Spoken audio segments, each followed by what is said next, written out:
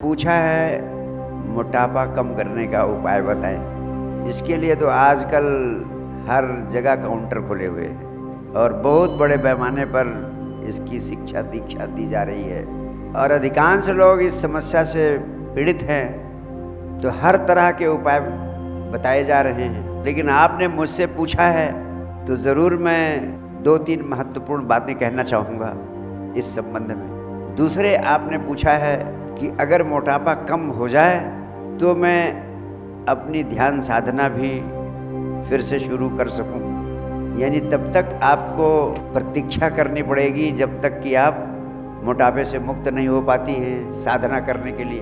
तो इस संबंध में पहली बात तो मैं आपसे कहना चाहता हूं कि साधना को बिल्कुल पोस्टपोन करने की, स्थगित करने की ज़रूरत नहीं है। ध्यान साधना कोई कृत्य नहीं है जिसको करने के लिए आपको एक विशेष मुद्रा में बैठना है या विशेष क्रिया करनी है। ध्यान का अर्थ होता है समग्र विश्राम की अवस्था को उपलब्ध हो जाना। ध्यान का अर्थ होता है विचार शून्यता की अवस्था को प्राप्त करना। और इसके लिए मैंने बताया संजीवनी क्रिया एक माध्यम है, जो सुपरफास्ट माध्यम है, जो बहुत तेजी से आपको ध्यान की दिशा में सफलता उपलब्ध कराता है। लेकिन ध्यान में होने के लिए ज़रूरी नहीं है कि आप किसी क्रिया विशेष में उतरें ही। आप जैसे हैं, जिस अवस्था में हैं, उस अवस्था में ही ध्यानात्मक होने की चेष्टा कर सकती हैं। आपने घर का काम खत्म कर लिया, आप विश्राम करने के लिए बिस्तर पर लेटती हैं। आप सिर्फ बिस्तर पर लेटकर समग्र रूम से विश्राम में होने की कला का अभ्यास करें। आपको पता है आप लोगों के शरीर को विश्राम मिलता ही नहीं। और मैं तो आपसे कहता हूँ, मैं आपको केवल विश्राम में होने की कला सिखाना चाहता हूँ। और विश्राम में होना कैसे संभव है? जब आप जहाँ पर हैं वहीं पर विश्राम पूर्ण हो जाए। सबसे पहले जैसे यहाँ बैठे मुझे सुन रहे हैं, अब किसी की गर्दन ऊपर उठी है, किसी का शरीर तना हुआ है, किसी का पैर तना हुआ है, कोई किसी प्रकार की बेचैनी में है, कोई शारीरिक बेचैनी में है, कोई मानसिक बेचैनी में है, तो विश्राम पूर्ण नहीं है। जब आप यहाँ मुझे सुन रहे हो, शरीर को बिल्कुल ढीला छोड़ दो, विश्राम पूर्ण अवस्था में स्वयं को कर दो, चित्त को खुला छोड़ दो, सोचने विचारने की प्रक्रिया छोड़ दो, सिर्फ मुझे सुनो। शरीर को विश्राम पूर्ण छोड़ दो। आप घर में बैठे रहते हैं, किताब पढ़ते रहते हैं। मैंने देखा है बहुत लोग किताब पढ़ते रहते हैं, उनका हाथ इस मोड में होता है कि हाथ भी दर्द कर रहा है, गर्दन भी खिंची हुई है, सारे शरीर पे बल पड़ रहा है। कई विद्यार्थियों को मैंने देखा लिख रहे हैं और पैर भी खिंचा हुआ है, गर्दन भी खिंची हुई है, हाथ भी टेंस है।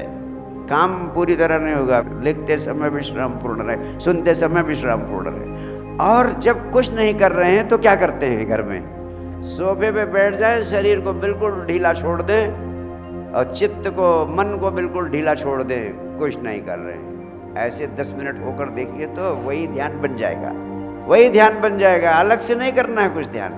बिस्तर पर लेटे हुए हैं, शरीर को ढीला छोड़ दो। आपकी श्वास आ रही है, जा रही है, आ रही है, जा रही है। आँख बंद करके लेट जाएं।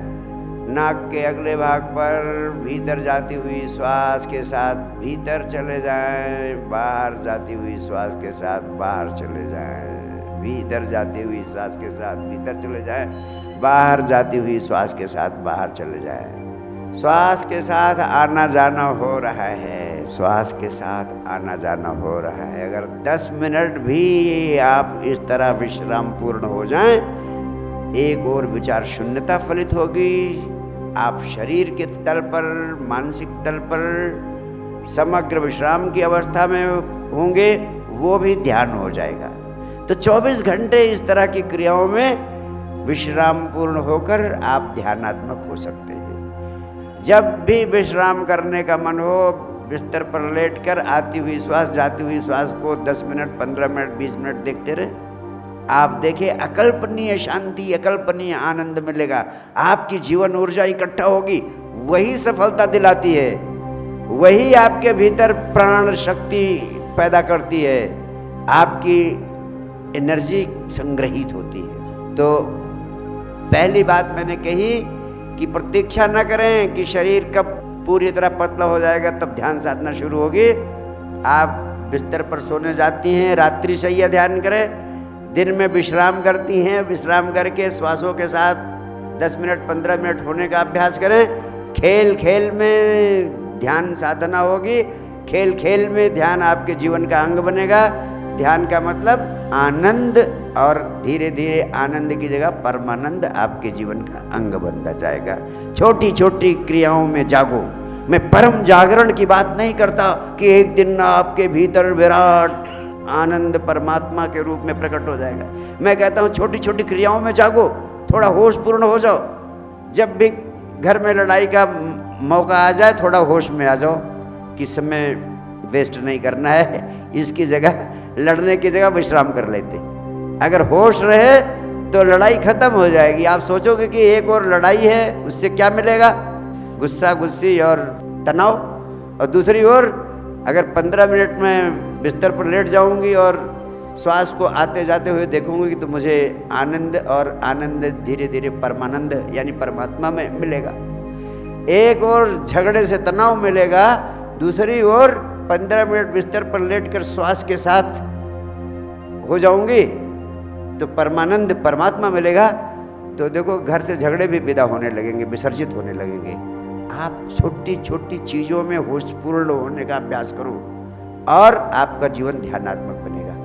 रही मोटापा कम करने की बात, 2-3 महत्वपूर्ण बातें आपसे कहना चाहता हूँ। बस इतना कहूँगा कि जो भी खाते हैं आप थोड़ा कम कर दीजिए खाना, थोड़ा कम कर दीजिए खाना। और हर व्यक्ति इसको थोड़े से अभ्यास से सीख सकता है, अपने जीवन का अंग बना सकता है। ये खाना जो है वो आपकी आदत बन गई है, बचपन से ढेर सारा खाने की आदत।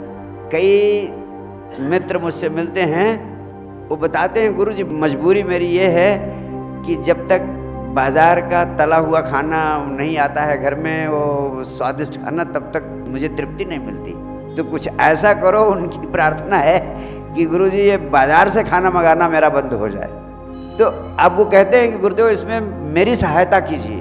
आप सौभाग्यशाली हैं जिनको ऐसी व्यवस्था नहीं है, लेकिन इसका कारण क्या है? सिर्फ आदत पड़ गई है, आदत बन गई है। वैज्ञानिक शोध कहती है कि जितना भोजन आप लेते हैं उससे आधा भोजन की ज़रूरत आपको है।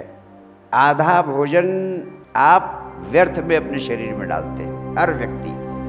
आधे भोजन से आपका पेट भरता है और आधे भोजन से डॉक्टर का पेट भरता है। अगर आप भोजन आधा कर दें अपना तो शरीर अपने आप स्वस्थ हो जाएगा, मोटापे की समस्या अपने आप गायब हो जाएगी।